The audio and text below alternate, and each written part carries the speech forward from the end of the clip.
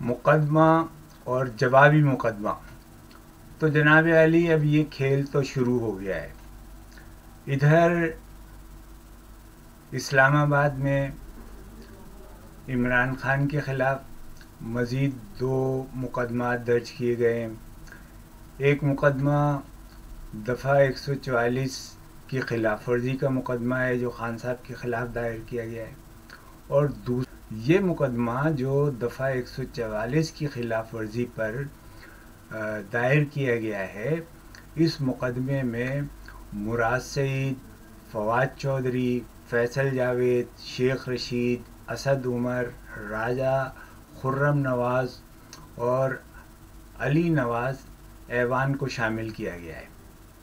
اور دوسری طرف پی ٹی آئی والوں نے بھی جوابی کارروائی کی ہے. عمران خان نے بھی، اب یہ صوبہ سرحد میں ان کی حکومت ہے، تو صوبہ سرحد میں پختونخوا میں پہلا مقدمہ پی ڈی ایم کے رہنما مولانا فضل الرحمان کے خلاف درج ہو گیا ہے.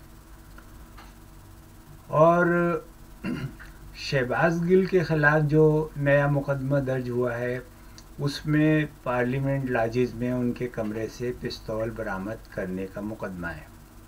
شہباز گل کہتے ہیں کہ ان کے پاس یہ پستول نہیں تھا اور ان کو نہیں پتا کہ یہ پستول کہاں سے آیا. یہ جو کمرہ تھا وہ ان کے ایک ملازم جو تھے وہ بھی اس کمرے میں رہتے تھے. تو اب نہ تو شہباز گل اس پستول کا لائسنس پیش کر سکیں اور نہ ہی ان کا ملازم.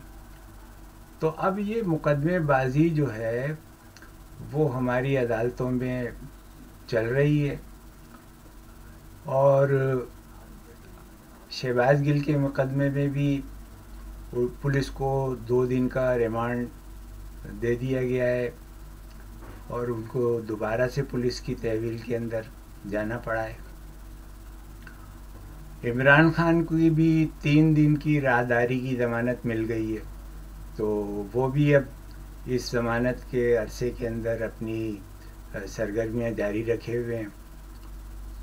اور انہوں نے پی ٹی آئی کے نوجوانوں کو منظم کرنے کے لیے ٹائیگرز فورس بنانے کا بھی اعلان کیا ہے. تو ملک میں جو صورتحال ہے وہ ایک انارکی کی طرف، ایک ایسے ماحول کی طرف، محاذ آریائی کے ماحول کی طرف جا رہی ہے جس سے ہر آدمی جو ہے وہ ایک تناؤ کا شکار ہے، ایک کشمکش کا شکار ہے. اور پی ٹی آئی کے کارکنان جو ہیں وہ عمران خان کی محبت میں بنی گالہ پہنچے ہوئے ہیں، اور وہاں انہوں نے نہ صرف 2-3 دن ہو گئے وہاں انہوں نے ڈیرے ڈال رکھے ہیں، اور مزید قافلے بھی پورے ملک سے بنی گالہ پہنچ رہے ہیں.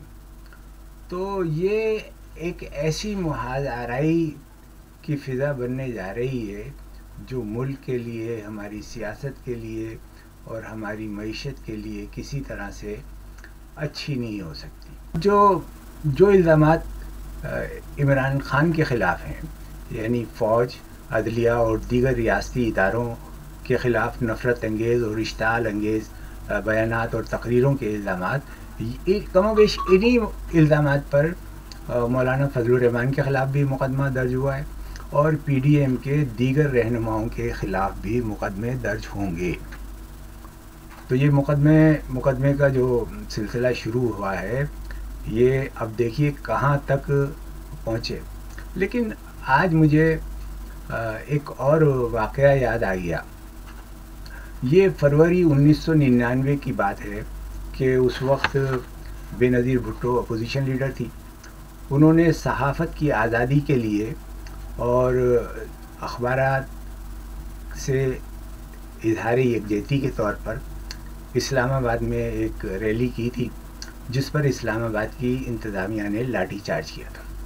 اور اس لاٹھی چارج کے نتیجے میں پیپلز پارٹی کا ایک کارکن جو ہے وہ زخمی ہوا تھا، بلکہ کئی کارکن زخمی ہوئے تھے. تو اس کارکن کے سر سے جو خون بہا اس کے دھبے بے نظیر بھٹو کی شلوار پر لگے، اور بے نظیر بھٹو نے اس وقت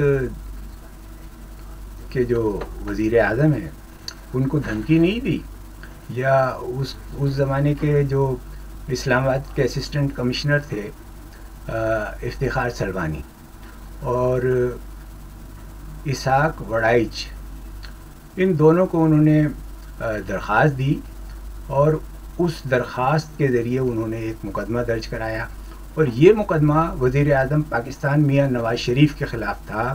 سینیٹر سیف الرحمان اس کے اندر نامینیٹڈ تھے، پرنسپل سیکریٹری اس وقت کے سعید مہدی، ان کو اس مقدمے میں شامل کیا گیا تھا۔ ایس ایس پی اسلام آباد رائے الطاف حسین کو اس مقدمے میں شامل کیا گیا تھا۔ ڈپٹی کمشنر اسلام آباد سکندر سلطان راجہ اور اسسٹنٹ کمشنر افتخار سلوانی، ان کو بھی اس مقدمے میں شامل کیا گیا تھا۔ تو سیاست کے اندر جب اس طرح کے واقعات ہوتے ہیں تو اس میں تو لیڈر جو ہیں وہ نہ صرف زبانی دھمکیاں دیتے ہیں، بلکہ بے نظیر نے تو باقاعدہ مقدمہ درج کرایا۔ تو اس بات پہ صرف کہ عمران خان نے ایک اسسٹنٹ کمشنر کو دھمکی دی، اس پر ان کے خلاف مقدمہ درج کیا گیا ہے، اور ان کی زبان بندی چینلز پر کی گئی ہے، میڈیا پر کی گئی ہے۔ تو اس طرح تو صورتحال بدلے گی نہیں، اس طرح تو ملک میں انارکی پھیلے گی، لوگوں میں جو غم و غصہ ہے وہ بڑھے گا، اور ابھی یہ غم و غصہ مزید بڑھے گا اور یہ صورتحال مزید خراب ہوگی۔ اس سے بہتر ہے کہ جو مقتدر ادارے ہیں ان کو سوچنا چاہیے، انہیں کوئی سیز فائر کرنا چاہیے۔ ملک میں اس وقت سیلاب کی کیفیت ہے، بہت سارے سندھ کے اور پنجاب کے، سندھ اور بلوچستان کے بہت سارے علاقے جو ہیں وہ شدید بارشوں سے متاثر ہیں، اور اس وقت تقریباً ملک بھر میں 225 اموات ہو چکی ہیں، لوگوں کا بھاری جانی اور مالی نقصان ہو رہا ہے، لوگ پریشان ہیں۔ تو صورتحال کو تھوڑا کول ڈاؤن ہونا چاہیے۔ فی الوقت ضرورت اس بات کی ہے کہ ہم اپنے سیلاب سے متاثر بھائیوں کی مدد کریں، ان کی طرف توجہ کریں اور سیاست کا درجہ حرارت کم کریں۔